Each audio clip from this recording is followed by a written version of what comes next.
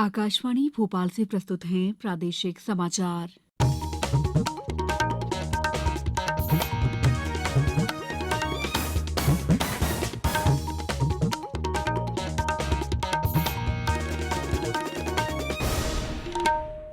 नमस्कार, समाचारों के साथ मैं दीपा सिंह।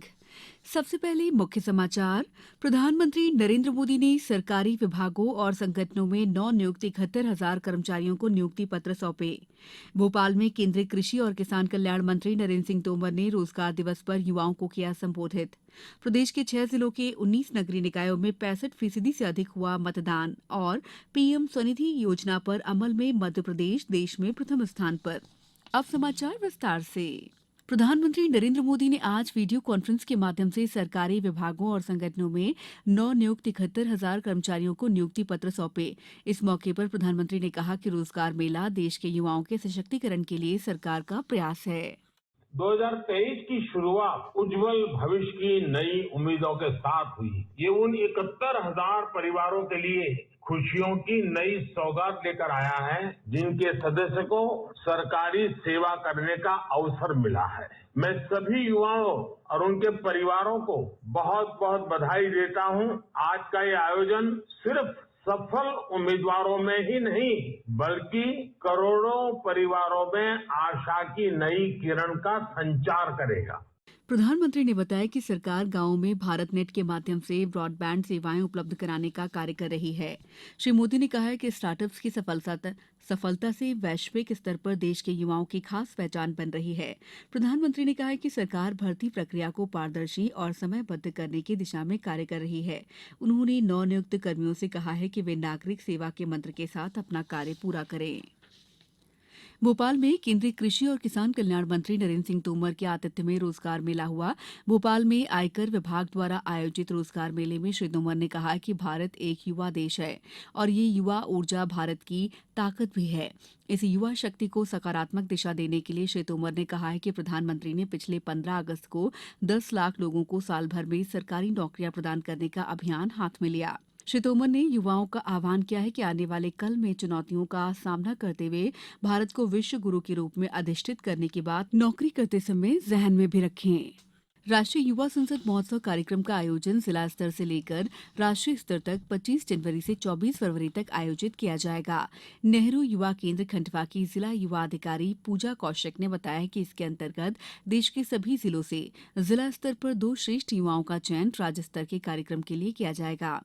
प्रदेश के 12 जिले इस कार्यक्रम के आयोजन के लिए अपने करीबी जिलों के नोडल जिले होंगे। जिले से चयनित विजेता प्रतिभागियों को राज्य स्तर पर जाने का अवसर प्राप्त होगा। राष्ट्रीय युवा संसद महोत्सव कार्यक्रम का मुख्य उद्देश्य युवा वर्ग को सामाजिक मुद्दों और समस्याओं का समाधान करने योग्य बनाना है। 13वां राष्ट्रीय मतदाता दिवस 25 जनवरी को मनाया जाएगा। मुख्य निर्वाचन पदाधिकारी मध्यप्रदेश अनुपम राजन ने बताया कि इस बार वोट जैसा कुछ नहीं, वोट जरूर डालेंगे हम थीम पर राष्ट्रीय मतदाता दिवस मनाया जाएगा। राष्ट्रीय मतदाता दिवस पर भारत निर्वाचन आयोग द्वारा मैं भारत हूँ गीत का भी शुभारंभ किया जाएगा। राज्यपाल मंगूभाई पटेल के मुख्य आतिथ्य में राष्ट्रीय मतदाता दिवस का राज्य स्तरीय कार्यक्रम Kushabhau Thackeray international convention centre Bhopal में होगा। साथ ही प्रदेश के सभी जिलों में भी कार्यक्रम किए जाएंगे। कार्यक्रम के दौरान मतदाताओं को शपथ दिलाई जाएगी। नए पंजीकृत मतदाताओं को एपिक कार्ड सौंपकर सम्मानित किया जाएगा। गणतंत्र दिवस के अवसर पर राज्यपाल मंगूभाई पटेल भोपाल में राज्य स्तरीय समारोह में और मुख्यमंत्री शिवराज सिंह चौहान जबलपुर में राष्ट्रीय ध्वज फहराएंगे। विधानसभा अध्यक्ष गिरीश गौतम रीवा जिले में ध्वजारोहण करेंगे। प्रदेश के 29 जिला मुख्यालयों पर मंत्री और 20 जिला मुख्यालयों पर कलेक्टर मुख्य समारोह में ध्वजारोहण करेंगे और मुख्यमंत्री के प्रदेश की जनता के नाम संदेश का वाचन करेंगे। राज्यपाल मंगूभाई पटेल ने सभी जिलाधिकारियों के साथ सीआरपीएफ ऑफिसर्स मेस में बैठक ली। बैठक के दौरान उन्होंने स्वास्थ्य विभाग को सिकल सेल की रोकथाम के लिए गांव में जाकर प्रचार प्रसार करने और सिकल सेल पीड़ितों की जांच करने के निर्देश दिए। उन्होंने महिला बाल विकास विभाग से आंगनबाड़ी के माध्यम से गांव में महिलाओं की हीमोग्लोबिन की जांच करने को कहा। राज्यपाल ने कृषि विभाग को प्राकृतिक खेती को अधिक से अधिक बढ़ाने की सलाह दी। समाचारों में वक्त है ब्रेक का। ये समाचार आप आकाशवाणी भोपाल से सुन रहे हैं। हमारे समाचारों को अब आप कभी भी और कहीं भी अपनी सुविधा के अनुसार सुन सकते हैं। ये समाचार बुलेटिन YouTube, ट्विटर और फेसबुक पर AIR न्यूज भोपाल पेज पर भी सुने जा सकते हैं। इसके अलावा आप हमारी वेबसाइट newsonair.nic.in पर अथवा AIR न्यूज ऐप पर भी समाचार सुन सकते हैं। ब्रेक के बाद समाचारों में आपका एक बार फिर स्वागत है। प्रदेश के 6 जिलों के 19 नगरीय निकायों के लिए कड़ी सुरक्षा व्यवस्था के बीच मतदान शांतिपूर्ण संपन्न हुआ। इनमें 6 नगर पालिका और 13 नगर परिषद शामिल हैं। सुबह 7 बजे से शुरू हुई वोटिंग शाम 5 बजे तक चली। अब तक 65% से अधिक मतदान होने की जानकारी मिली है। खंडवा जिले की नगर परिषद ओमकारेश्वर के 15 वार्डों में शाम 5 बजे तक करीब 66% मतदान हुआ। धार जिले में कुल 64.79 मतदाताओं ने अपने मताधिकार का प्रयोग किया।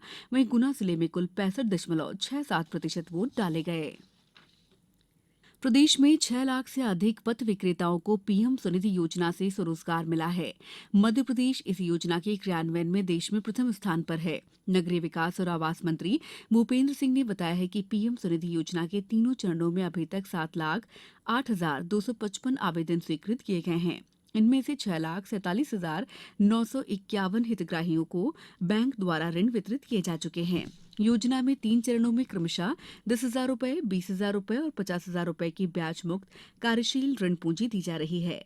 प्रदेश के पथ विक्रेताओं के मध्य डिजिटल लेन देन को बढ़ावा देने के लिए सरकार द्वारा लगभग 3 करोड़ 50 लाख रुपए का कैशबैक भी दिया गया है।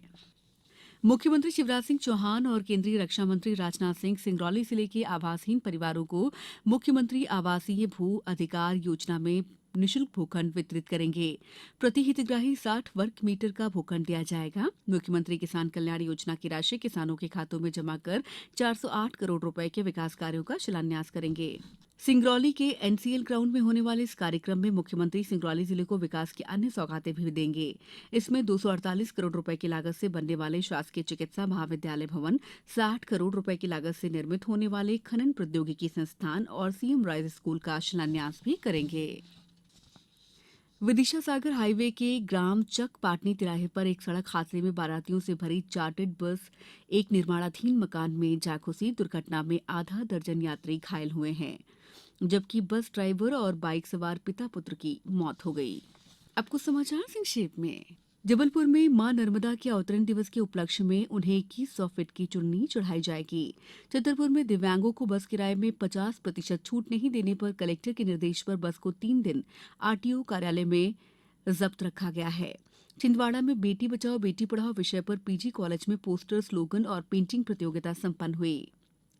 खेलो इंडिया यूथ गेम्स के व्यापक प्रचार प्रसार के लिए निकाली जा रही टॉर्च रैली 22 जनवरी को आगरमालवा जिले में प्रवेश करेगी। शहडोल में 2 अलग-अलग घटनाओं में 2 महिलाओं की हत्या, ज्यादती और लूट के मामले में 3 आरोपियों को गिरफ्तार किया गया है। शिवपुरी में कड़ाके की सर्दी के बीच आम जनजीवन प्रभावित है। कड़ाके की सर्दी के बीच लोग अलाव का सहारा ले रहे हैं। देवास में स्वयं सहायता समूह के सदस्यों को स्वरोजगार से जोड़ने के लिए 13 दिवसीय निःशुल्क और आवासीय जूट और अन्य उत्पाद बनाने का प्रशिक्षण कार्यक्रम जिला मुख्यालय पर संचालित किया जा रहा है। इस बुलेटिन में इतना ही। दीजिए इजाजत। नमस्कार।